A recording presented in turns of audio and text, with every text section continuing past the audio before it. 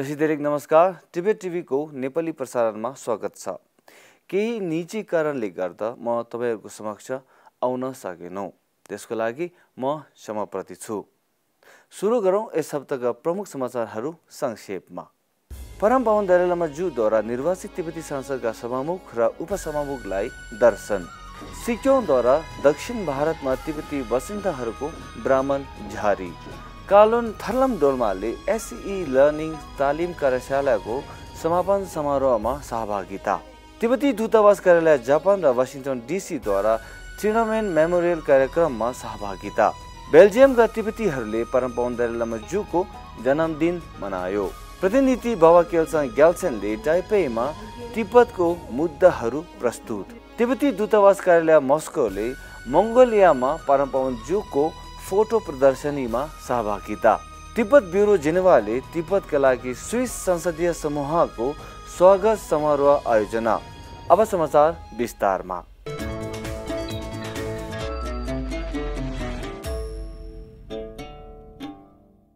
गत हप्ता शनिबार परम पावन दलाई लामा ज्यूद्वारा निर्वाचित 17औं तिब्बती संसदको सभामुख खेम्पो सोनाम टेम्फेल र उपसभामुख डोमा छिरिङसँग भेट गर्नुभएको थियो।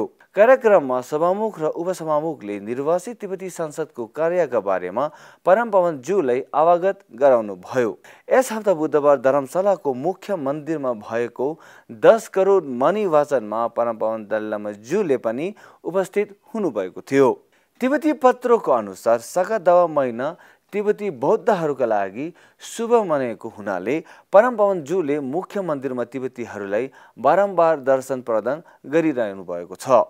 निर्वाचित तिब्बती संसदका सभामुख खेम्पो सोनाम टेम्फेलले तिब्बती तथा निर्वाचित 17औं तिब्बती संसदको तर्फबाट फुटिला कार्पोछेलाई पार्कडेल हाई पार्क क्यानाडाको प्रादेशिक संसदको सदस्यमा पुनः निर्वाचित भएकोमा हार्दिक बधाई ज्ञापन गर्नुभएको छ। हालमा दक्षिण भारतको तिब्बती बस्तीहरूको आधिकारिक भ्रमणमा रहेका श्री जोम्पेम्बा छिरिङलाई त्यहाँको तिब्बती समुदायले भव्य स्वागत गरेका थिए र तिब्बती विद्यालय, कार्यालय, स्वास्थ्य सेवा केन्द्र र गुम्बाहरू भ्रमण गर्नुभएको छ। बैलाकुपेमा रहेको तिब्बती बस्तीमा रहेका तिब्बती जनतासँग आफ्नो भेटघाटपछि श्री ज्यूले कर्नाटकका माननीय मुख्यमन्त्री श्री बसवराज बोम्माईसँग भेट गर्नुभयो र केन्द्रीय तिब्बती प्रशासनको तर्फबाट शुभकामना व्यक्त गर्नुभएको छ। श्री ज्यूले गान्धेन ठिपा जेचु लोप्सा तेन्जिन पेल साङ्बोसँग पनि दर्शन प्राप्त गर्नुभयो। बैलाकुपेको दिकिलसो र लुक्सम बस्तीहरूको बीच खेलिएको दक्षिणी क्षेत्र फुटबल प्रतियोगिताको फाइनललाई सम्मान गर्न सिक्योङलाई प्रमुख अतिथिको रूपमा आमन्त्रित गरेको थियो। सिक्योङ अहिले मुन्डगोड तिब्बती बस्तीको भ्रमणको अन्तिम चरणमा छन्। कालोनथलम डोल्माले यस हप्ता बुधबार शिक्षा विभाग सिटिएद्वारा आयोजित तिब्बती प्राथमिक शिक्षाहरूको लागि एसई शिक्षा कार्यशालाको समापन समारोहमा भाग लिनुभयो।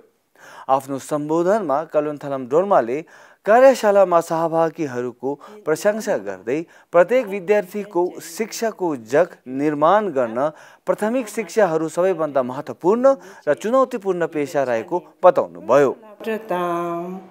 अनि मरिम लाप्राके केले साछेच न गेछेच काले खखच सावन्यनियोमा उनले एसई शिक्षाको प्रभावकारी कार्यान्वयनमा पनि जोड दिनुभयो। उत्तरी भारतका 17 तिब्बती विद्यालयहरूको प्रतिनिधित्व गर्ने 46 जना सहभागीहरूका लागि हृदय र दिमागको शिक्षा सम्बन्धी 3 दिने कार्यशाला सारा उच्च तिब्बती अध्ययनमा 6 देखि 8 जुनसम्म सम्पन्न भएको थियो। टोकियोमा गत शनिबार तिनामेन स्क्वायर नरसंहारको स्मरणमा आयोजित कार्यक्रममा प्रतिनिधि डाक्टर छेवाङ ग्याल्पो आर्यले चीनको स्वतन्त्रता र प्रजातन्त्रको लागि जारी सङ्घर्षमा तिब्बती जनताको चिनिया जनतासँग एकबद्धता व्यक्त गर्दै 33 वर्ष अघि कम्युनिस्ट नेतृत्वले लोकतन्त्रको आवाजले दबाउन खोजे पनि उनीहरूको आवाज जीवित र जीवन्त छ भन्नुभयो। प्रतिनिधि आर्यले चीनिया सरकारद्वारा अत्याचार, मानवाधिकार उल्लङ्घन, धार्मिक स्वतन्त्रताको दामन, तिब्बतीले तिब्बतमा किन आत्मदाह गरिरहेको छन् भन्ने विषयमा पनि चर्चा गर्नुभयो। तिब्बती दूतावास कार्यालय डीसीका चिनिया सम्पर्क अधिकारी सुतिम ग्याछोले 4 जुन तिनामेन स्क्वायर नरसंहारको स्मरणमा विश्वभरि विदेशी चिनियाहरूले आयोजना गरेको विभिन्न स्मरण समारोहमा बोल्न आमन्त्रित गरेको थियो। छुलटिमले गत हप्ता शनिबार ताइवानका तिब्बती दूतावास कार्यालयका प्रतिनिधि केल्सन ग्याल्सेन र निर्वासित तिब्बती प्रशासनका आधिकारिक चिनिया वेबसाइटका सम्पादक जमयाङ छिरिङसँग 4 जुन 2022 को 33औं विश्वव्यापी भर्चुअल स्मारक शिक्षाको भर्चुअल स्मरणमा सहभागी हुनुभएको थियो। 过去了，世人难以忘却这血腥残忍的灾难日6·4。世界人民忘不了他。中共军队直接开枪镇压示威学生，可说是旷。 प्रतिनिधि रिङसिन छिल्ड्रेन गेङखाङले गत शनिबार बेल्जियमको तिब्बती दोमे एसोसिएसनले निमन्त्रण गरेको परम पावन दलाई लामा जुको 88औं जन्म जयन्ती समारोहमा प्रमुख अतिथिको रूपमा सहभागी हुनुभएको थिइन्। आफ्नो उद्घाटन सम्बोधनमा प्रतिनिधि रिङसिन छिल्ड्रेन गेङखाङले परम पावन जू तिब्बतका एक प्रख्यात गुरु जसले तिब्बती समुदायको हितमा जीवनभर योगदान विशेष गरी तिब्बतको चुनौतीपूर्ण समयमा योगदानहरू अतुलनीय छ भन्नुभयो। तसर्थ उनले परम पावन जूको परोपकारलाई ध्यानमा राखेर तिब्बतको समस्या समाधान गर्न सबैले एकजुट भई प्रयास गर्न आग्रह गरेकी छिन्। ताइपेई अन्तर्राष्ट्रिय पुस्तक प्रदर्शनीमा प्रतिनिधि बाबा क्यासाङ ग्याल्सेनले चिनिया भाषामा तिब्बतमा पुस्तकहरू प्रकाशन गर्न बेजिङको प्रतिबन्ध र नियमहरू प्रस्तुत गरे। उनले तिब्बतका मुद्दाहरूमा चिनिया पुस्तकहरू प्रकाशित गर्न अनुमति दिएकोमा ताइवानप्रति आभार व्यक्त पनि गरेका छन्। प्रतिनिधिले परम पावन जू तिब्बतको इतिहास, धर्म, संस्कृति, तिब्बती शिक्षा, वातावरण, तिब्बत र चीन बीचको सम्बन्ध र तिब्बती बारे ताइवानी र चिनियाहरूले लेखेका पुस्तकहरूबाट दर्शकहरूलाई परिचित गराउनु भएको थियो। कोभिड-19 महामारीको 2 वर्षपछि पुनः सुरु भएको ताइपेई अन्तर्राष्ट्रिय पुस्तक प्रदर्शनीमा तिब्बतको कार्यालय अन्तर्गत गङचोङ प्रकाशन ताइवानले भाग लिएको छ। मंगोलियाको उलानबातोरमा बौद्ध धर्मावलम्बीहरूको पवित्र महिना वैशाख र परम पावन दलाई लामा जूको जन्मदिनको सम्झनामा फोटो प्रदर्शनी खोलिएको थियो। प्रतिनिधि तेलो टुगु रुम्बुछेले परम पावन दलाई लामाका 4 मुख्य प्रतिबद्धताहरू व्याख्या गर्दै कार्यक्रमको उद्घाटन गर्नुभयो।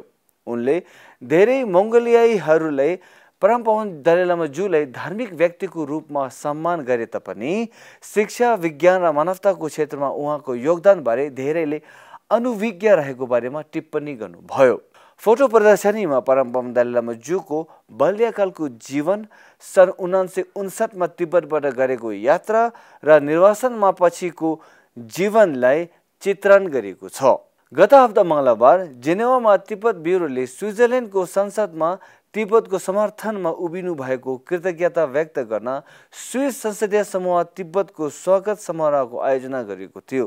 तिब्बतका प्रतिनिधि छिमे रिङजिनले तिब्बती जनताको तीव्र रूपमा बिग्रदै गएको अवस्थाबारे प्रकाश र तिब्बतमा भएका अत्याचारका लागि चीनलाई कारबाही गरेकोमा तिब्बतका लागि स्विस संसदीय समूहका सदस्यहरूलाई धन्यवाद दिनुभयो। स्विस संसदीय समूहका सह-अध्यक्ष माननीय निकोलस वाल्डरले स्वागत समारोह आयोजन गरेकोमा तिब्बत ब्युरोका प्रशंसा गर्दै तिब्बत र निर्वासनमा रहेका तिब्बतीहरूको अवस्थाप्रति संसदीय समूहको निरन्तर चासो रहने आश्वासन दिनुभयो। हस्त आजको लागि साप्ताहिक समाचार यति नै। अर्को हप्ता फेरि भेटौँला। टसिदेले नमस्ते।